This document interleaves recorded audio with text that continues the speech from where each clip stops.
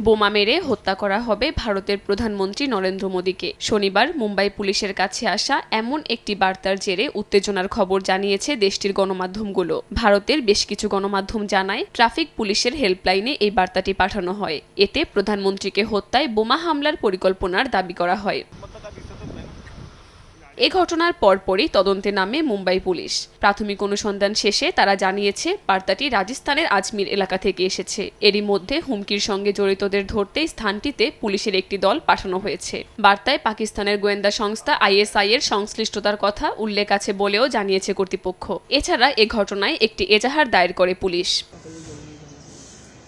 মাত্র সপ্তাহখানেক আগে এ ধরনের হুমকির সঙ্গে জড়িত থাকার অভিযোগে শীতল চাভান নামের 34 বছর বয়সী এক ব্যক্তিকে আটকও করেছিল পুলিশ। তারা জানায়, তাদের কাছে বেশিরভাগ বার্তাই পাঠান মানসিকভাবে অসুস্থ ও মাদকাসক্ত লোকজন, এবং এসব বার্তার বেশিরভাগই আসে মুম্বাই পুলিশের একমাত্র হোয়াটসঅ্যাপ নম্বরে।